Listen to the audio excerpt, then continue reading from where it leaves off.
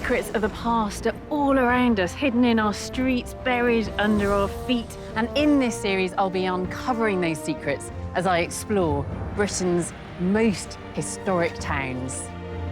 I'll be deciphering physical clues. It's like very early animation. And getting to know some extraordinary characters who are often overlooked. His nickname was the on-crowned King of Scotland. Really?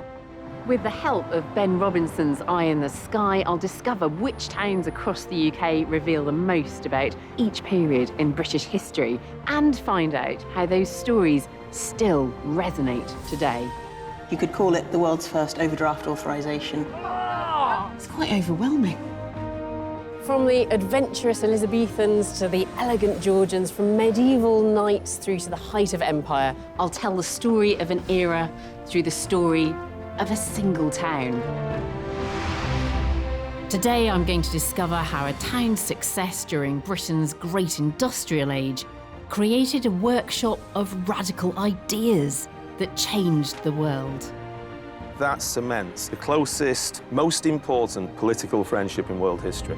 Where principled working people endured great pain to ensure the liberty of the enslaved. Lincoln writes from the White House saying how he was truly stunned that people who were taking the bread out of their children's mouths, that nonetheless they supported what he had to say. Where brilliant writers and relentless campaigners embodied a never-say-die spirit that lives on. We see injustice and we're prepared to do something about it because we won't tolerate it. If you really want to get a taste of the revolution that happened during Britain's industrial heyday, Manchester is the place to come.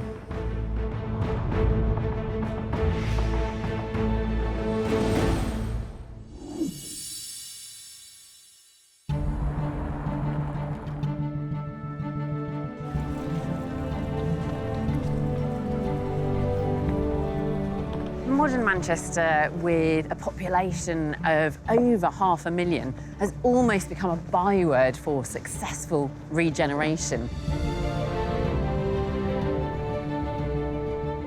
World-class sport, science and education, a national media hub, an enviable public transport system, and rampant redevelopment are leading the way.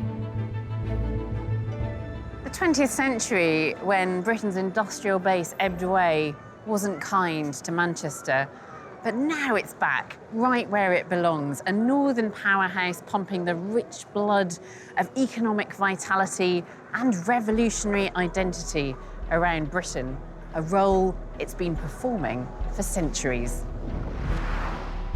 Originally a Roman fort, Manchester's position on the crossroads of medieval trade routes and its proximity to the Atlantic established it as a key merchant town. But its golden age arrived as it became the fulcrum of Britain's first industrial revolution from the 1780s onwards. The harnessing of steam power drove highly mechanised production on a vast scale. It brought great riches for a privileged few, but for the factory workers, it was low wages, cramped housing, and continued disenfranchisement. But out of those dark, satanic mills would emerge radical new ideas and a spirit of activism that would ripple out across Britain through the 19th into the 20th century and beyond. And so many of those revolutionary ripples started right here in Manchester. Back in 1844, a gifted novelist called Benjamin Disraeli had one of his characters express a telling thought when a friend proposed a visit to Athens. "The age of ruins is past," he said. "Have you seen Manchester? Manchester is as great a human exploit as Athens." By the time that Disraeli was Prime Minister, some 30 years later, Manchester was an even more impressive metropolis, heaving with factories, with great civic buildings and with game-changing thinkers. It was a city ripe with possibilities. And all of this because of a century of breakneck change, which made Manchester world famous. And yet, going back to 1775, there wasn't a single mill in the city. So how did Manchester change so fast? To find out, I've come to what became known as Cottonopolis to meet local historian Jonathan Schofield. Great to see you. Hello. Now, Manchester's almost synonymous with the Industrial Revolution, so how did it play out here? What happened in this city? Well, you have to go before the Industrial Revolution to a whole system which was called the domestic system. And that's individual families producing cotton cloth. So this was people spinning and weaving at home? Yeah, we've got the example here. You've got one of those many buildings which you can still see scattered across the city centre. A three-storey building with, on the top storey, you've got this row of windows. Those windows up there? The windows there. One long row of windows, which is a workshop, which allows the light to come in so you can do all the fiddly work to do with textiles. So what you get is hand-powered production in vast quantities of cotton cloth. And cotton becomes the, well, to use a modern phrase, cool fabric of the time. So it becomes a fashion, it's adopted by everybody, everyone wants to buy cotton. Manchester becomes the epicentre of cotton production. The lives of Manchester's handloom weavers and domestic producers across the country were about to be revolutionised. An entrepreneur called Richard Arkwright had shown what could be achieved in a new type of workshop called a factory. Richard Arkwright has a beautiful mill in the Peak District called Cromford Mill, and that's water-powered.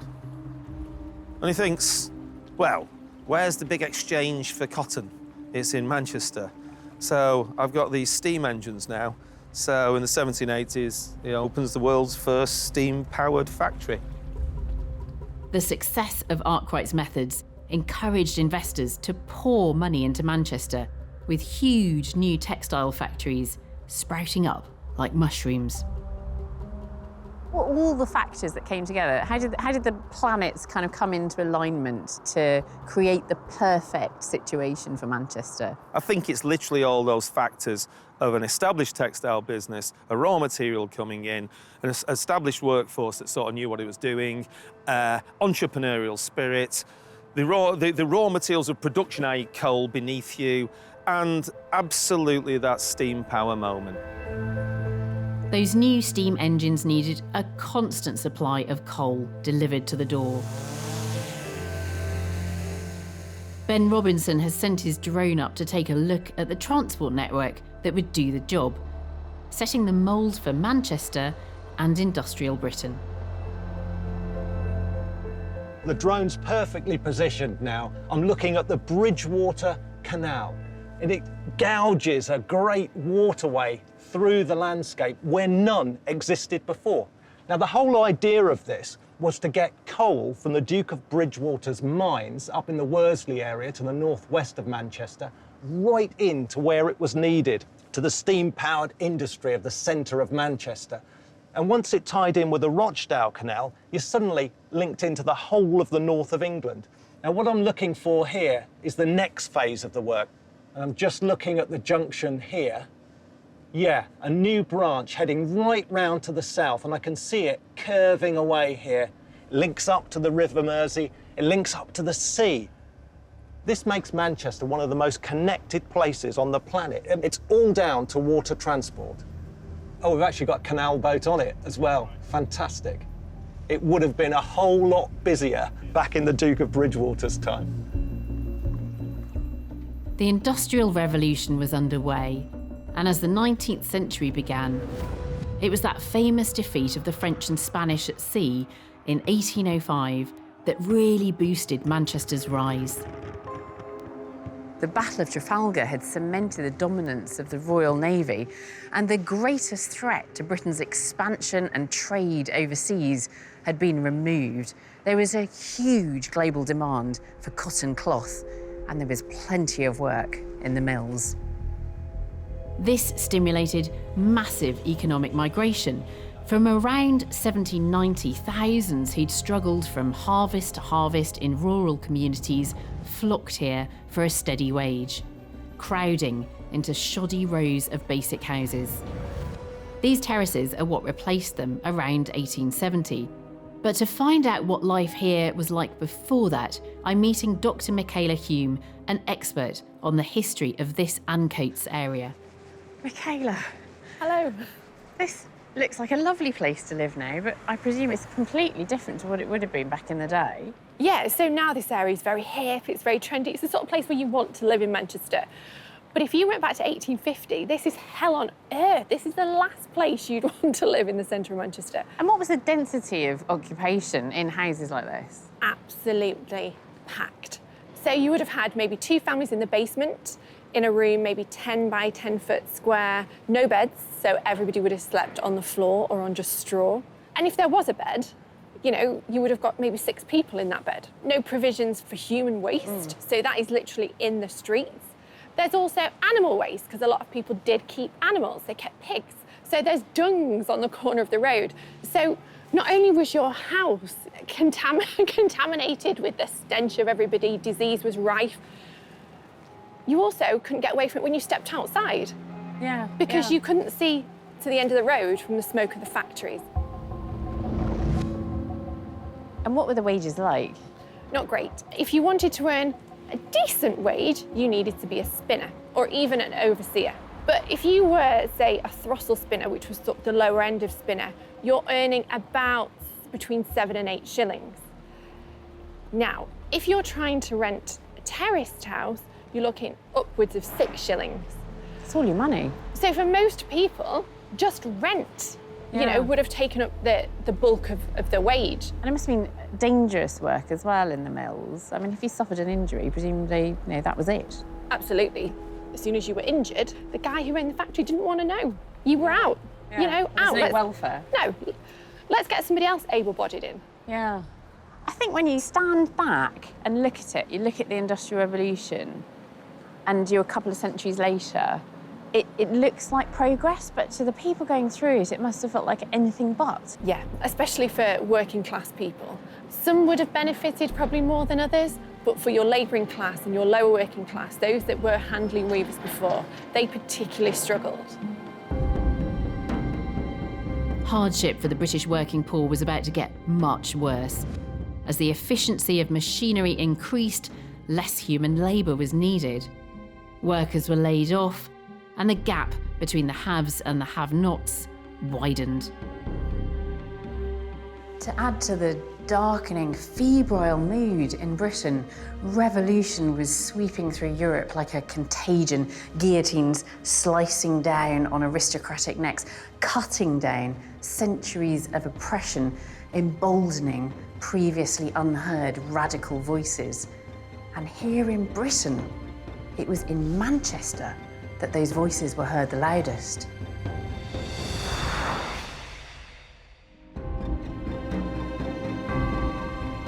I'm in Manchester to find out how the most successful industrial revolution town became a radical, potent force for political and social change in 19th century Britain.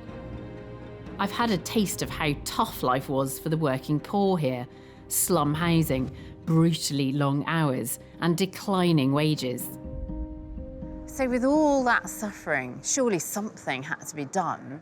I mean, Britain is a democracy. There would be MPs in Parliament representing these people's interests. Well, not so much in the 1800s.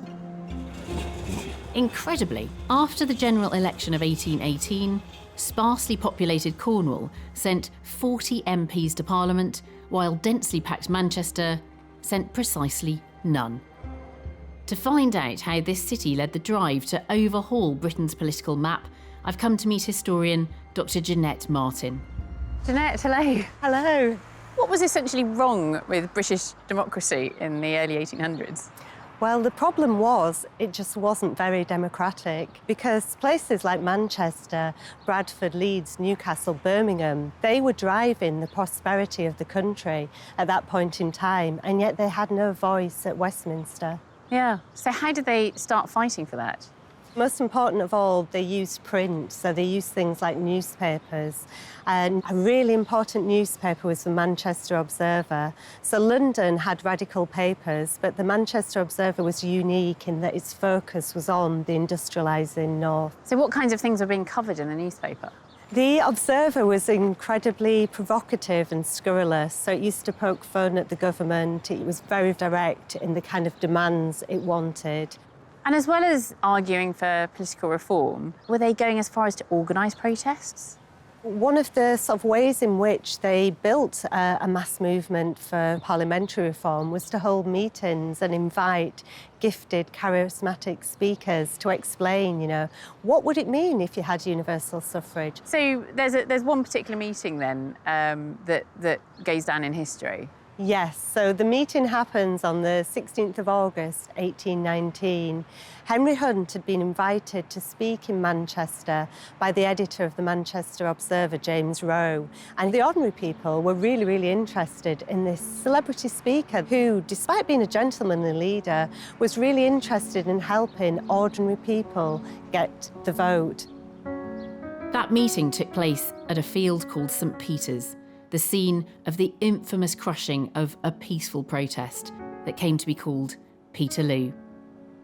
That wall over there is the last remaining structure of the area that was St. Peter's Field. So Henry Hunt and the other speakers were on the hustings. They were on a raised platform.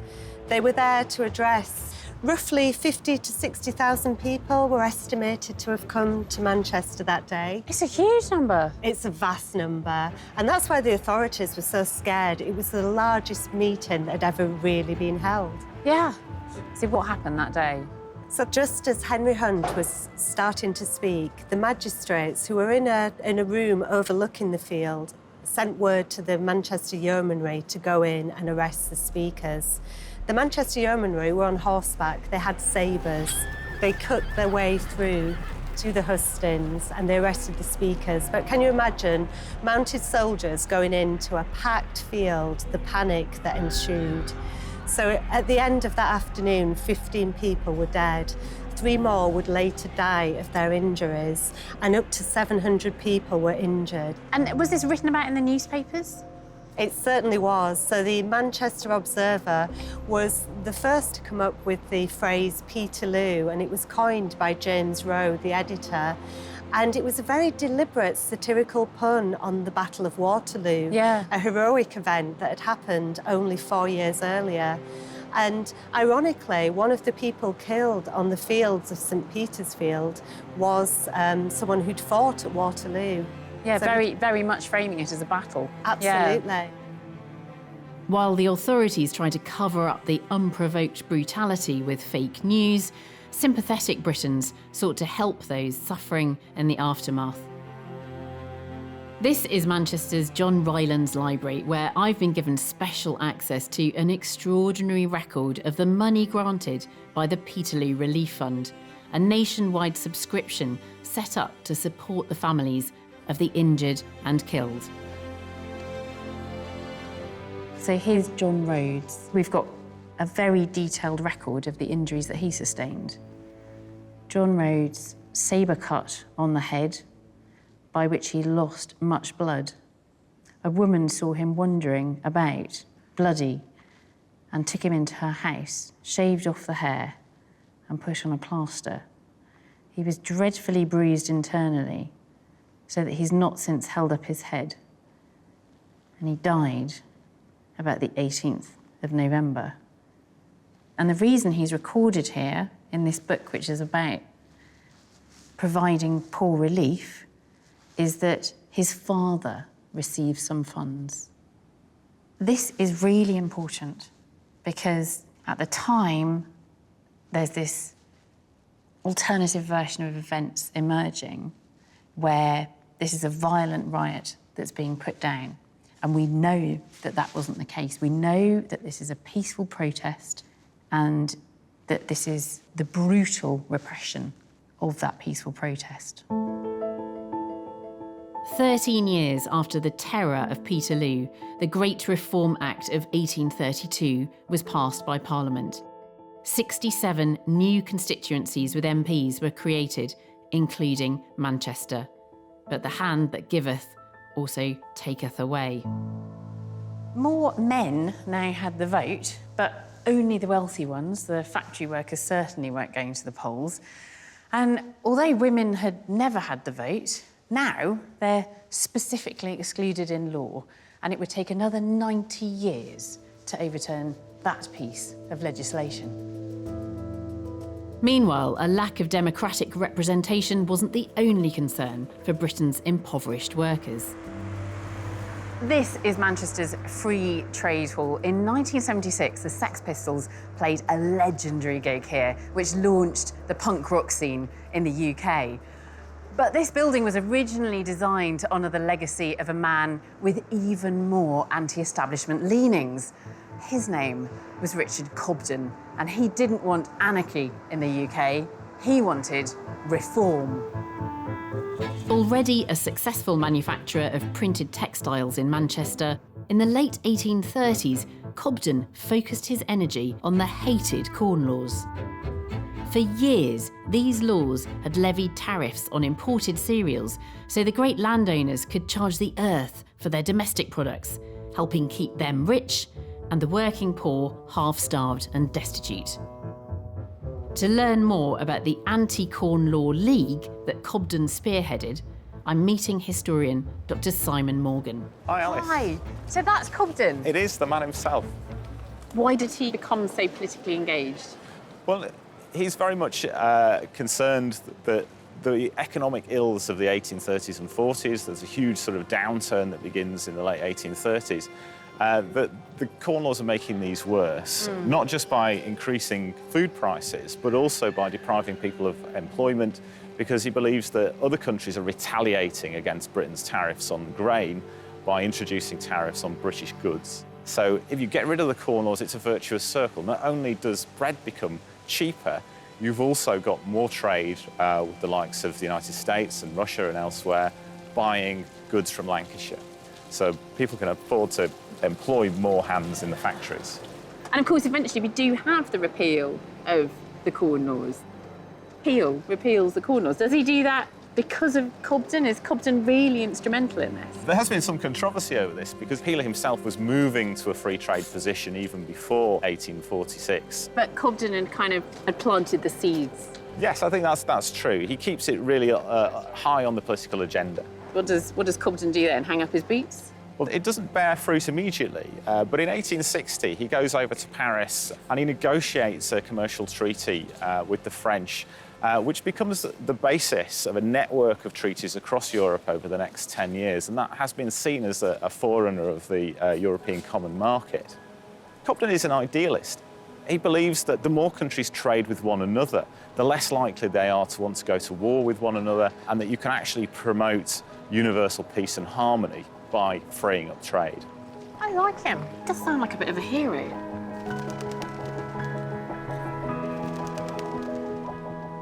Men like Cobden sympathised with the working poor, but away from the industrial heartlands, the increasingly influential middle classes of the South had no idea how harsh factory life still was. But in an age of improving transport and literacy, a quieter type of radical would bear witness and spread the word. And so it would be great writing that would keep the Manchester Revolution rolling.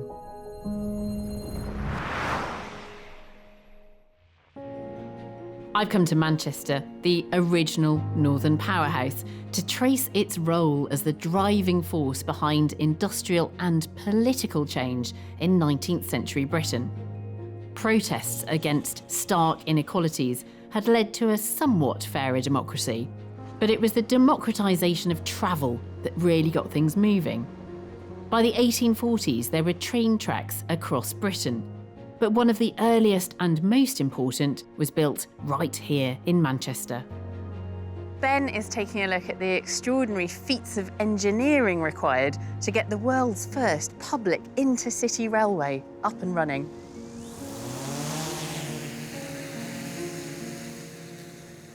I'm looking at the railway from Liverpool up there to Manchester. It was the first to use just steam locomotives, no horse-drawn carriages like there were on earlier railways, and the first to use double track all the way through. But as George Stephenson came towards Manchester, he hit a problem. And the problem was this, the Sankey Valley running through the middle. And there was also a canal, the Sankey Canal. what to do. This, the Sankey Viaduct, never been done before on this scale. It's an amazingly impressive structure. I can see 1, 2, 3, 4, 5, 6, 9 arches here, and it's called the 9 Arches locally. Because the canal was still in use, the masts of the barges had to be able to pass underneath. So the canal company actually insisted that the arches were a minimum of 60 feet high or so. Now, there may have been bigger railway viaducts built in the world after this, but this was the one that proved the concept. This was the one that said, we can do it.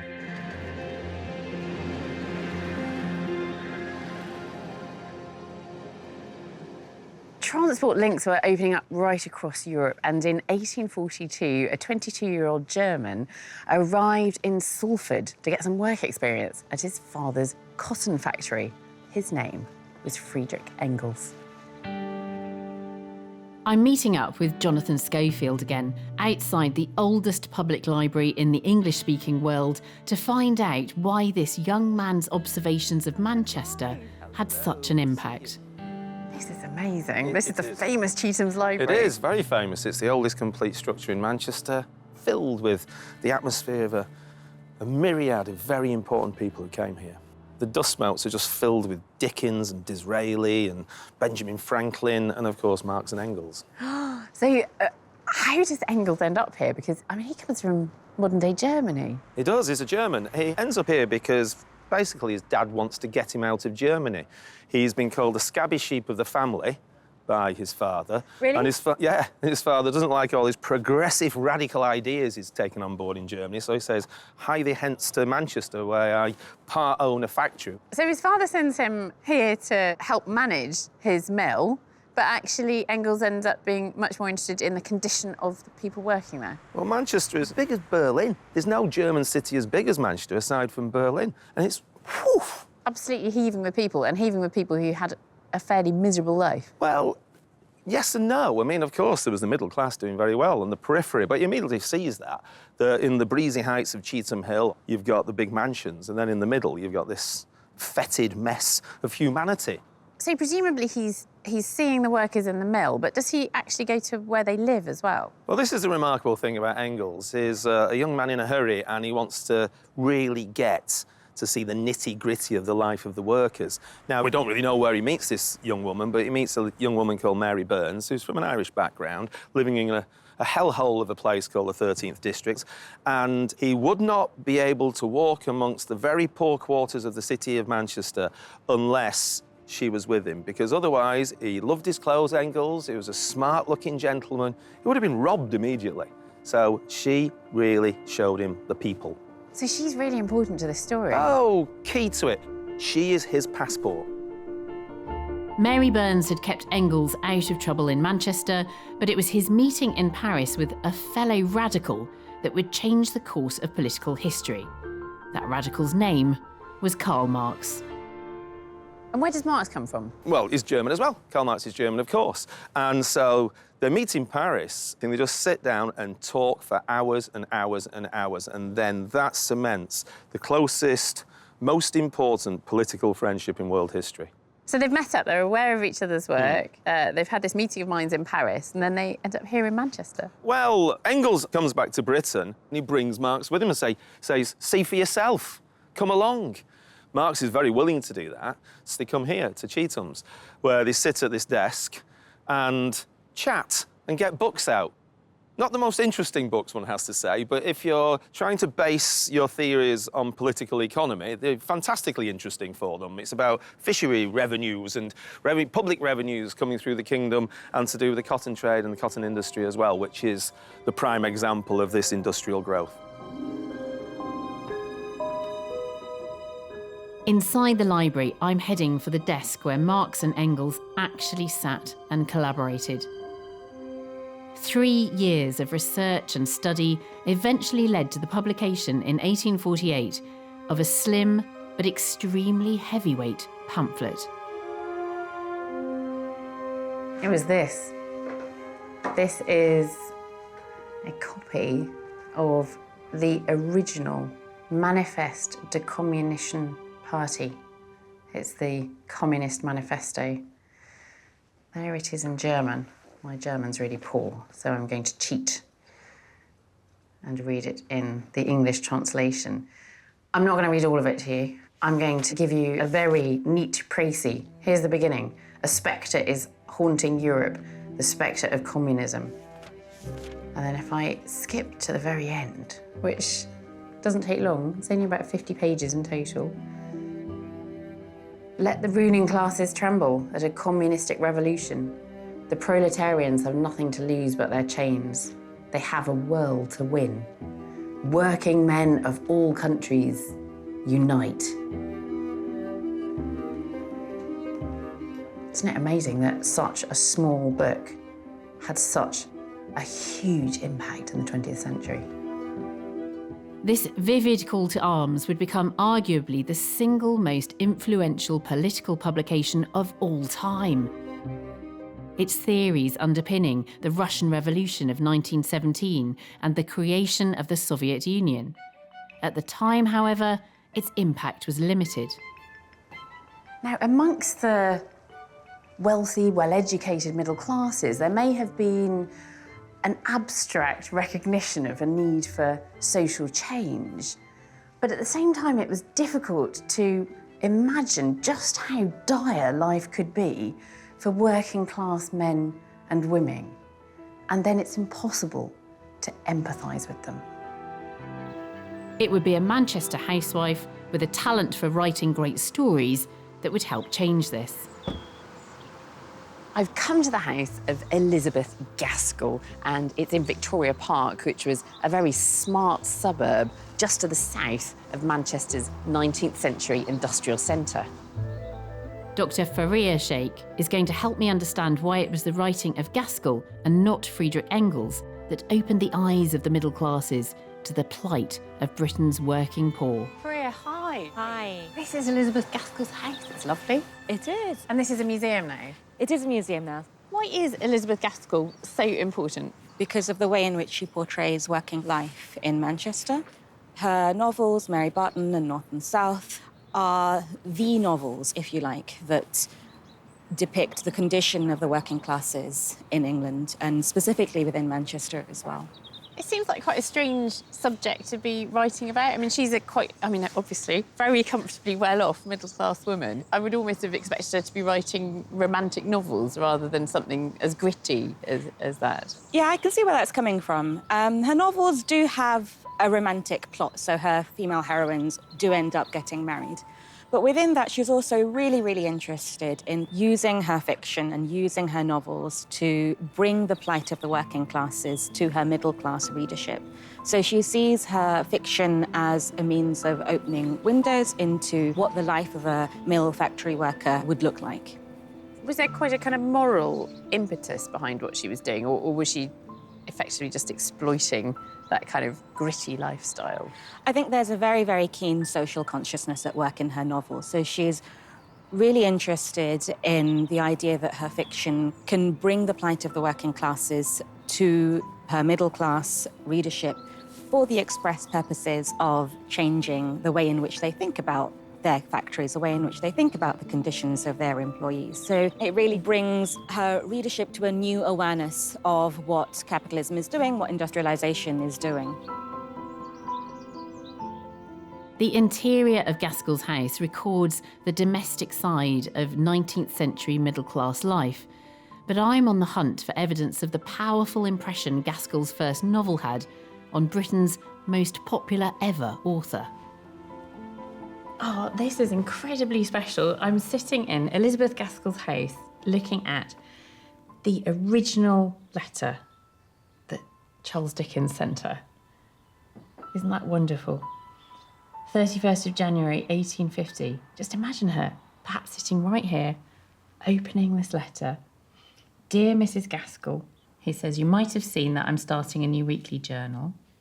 And he says to her that he doesn't know what she's up to, but I do honestly know that there is no living English writer whose aid I would desire to enlist in preference to the authoress of Mary Barton, a book that most profoundly affected and impressed me. I mean, with somebody the stature of Dickens writing to you, it's like having just published something and J.K. Rowling writes to you to say how much she appreciates your work. And it's just, oh, it's amazing. She must have been so excited to open this letter right here. The plight of Britain's industrial workers may have been so severe that it compelled authors like Elizabeth Gaskell to write about it. Across the Atlantic, enslaved people on the plantations faced an even greater struggle. And once again, the people of Manchester would take up the fight.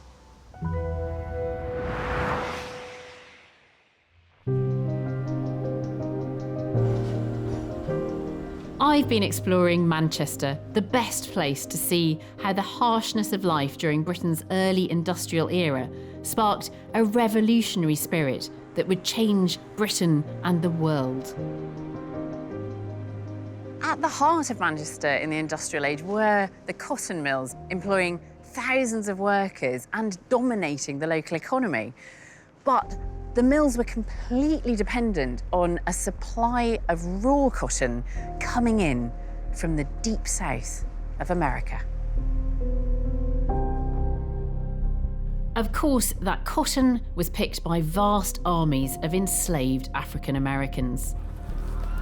In 1861, civil war broke out in America, with slavery the major flashpoint. Abraham Lincoln's government supported abolition, whilst the southern states, dependent on slave labour, found such a policy abhorrent. It may have all been happening thousands of miles away from Manchester, but the ripples of war would be keenly felt here. To learn more, I'm meeting Dr. Natalie Zarchek from the University of Manchester. Natalie, what was happening in the American Civil War that had such an impact on Manchester? Basically, an economic meltdown. During the Civil War, the Union Navy blockaded all the major southern ports, so the cotton wasn't getting out of the South, and it wasn't coming to the Manchester area.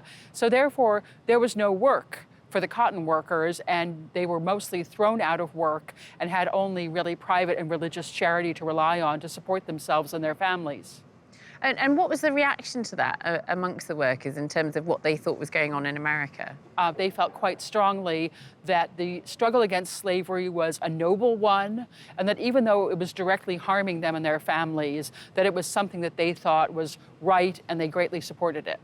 And how did they express their support for the Union? They held a big meeting of working people at the Free Trade Hall on New Year's Eve of 1862, where they put together a letter which they sent to Abraham Lincoln, in which they expressed their hatred of slavery and their support of his and the Union Army's attempts to eradicate it.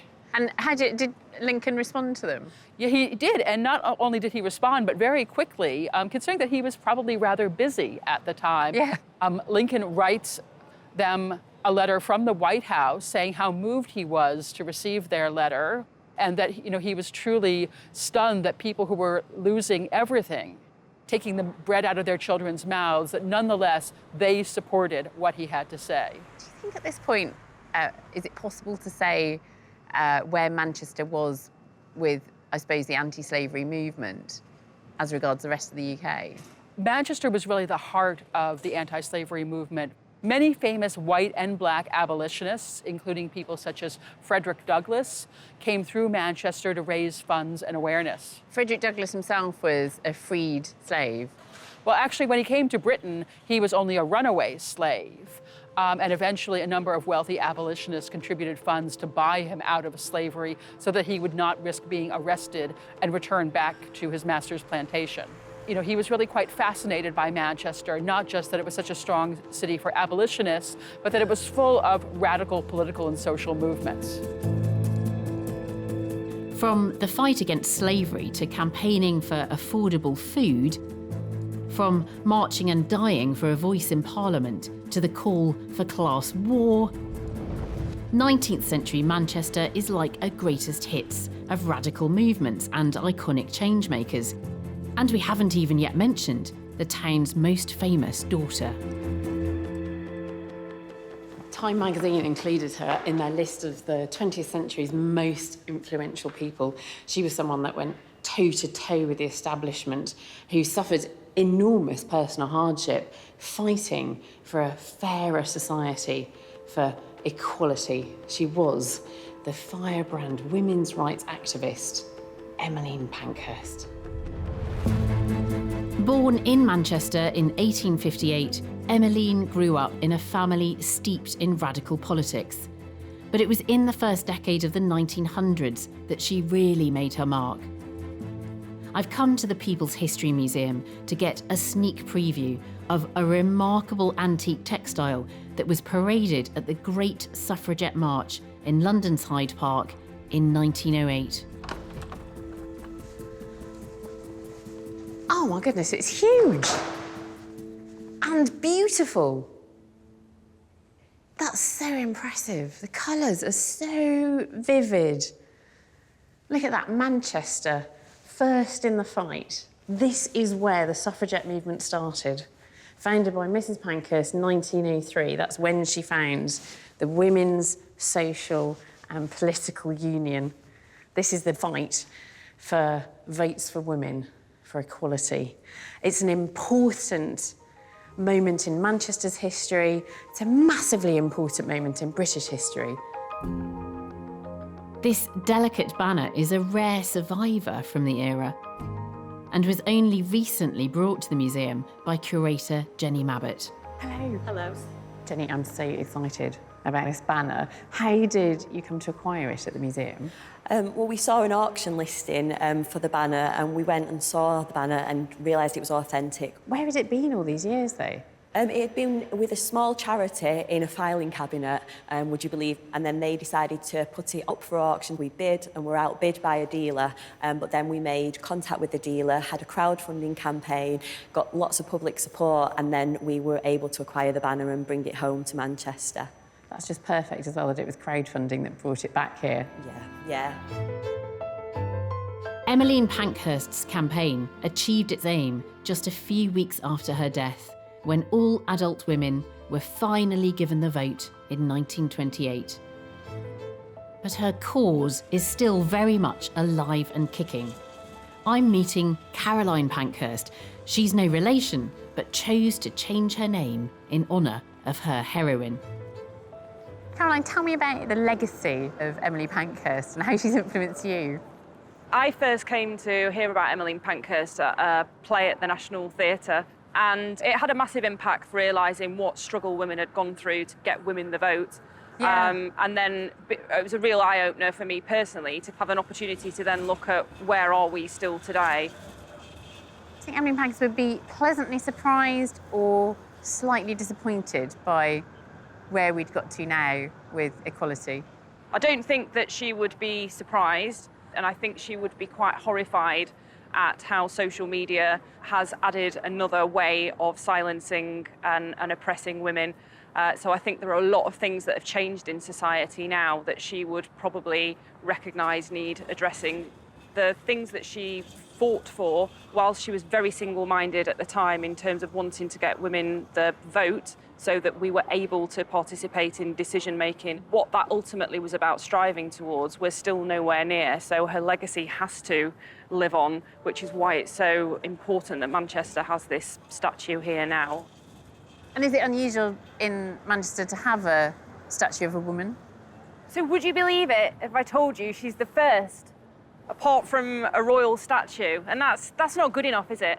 She exists here and she inspires the future generations, and we need to see more role models. We need to see more of these amazing women in history peppered around our cities in the same way that we've got these remarkable men from history peppered around them.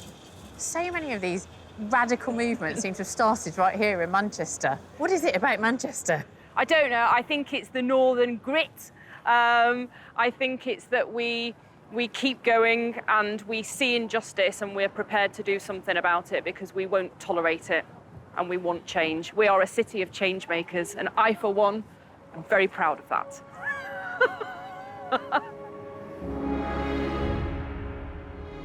It's great to see that tradition of protest thriving in this century. But Emmeline Pankhurst's achievements would be a rare high point for Manchester throughout much of the 20th century. The textile industry was decimated. The engineering jobs that were created to replace it had also dried up. The turbulent, buoyant years of the 19th century were consigned to history, but they left an indelible imprint underneath it all. Typified by the spirit of renewal transforming the city today, 19th century Manchester and its people had refused to suffer in silence. Instead, this town collectively rose up, becoming a powerhouse of progression, reshaping Britain and the world far beyond.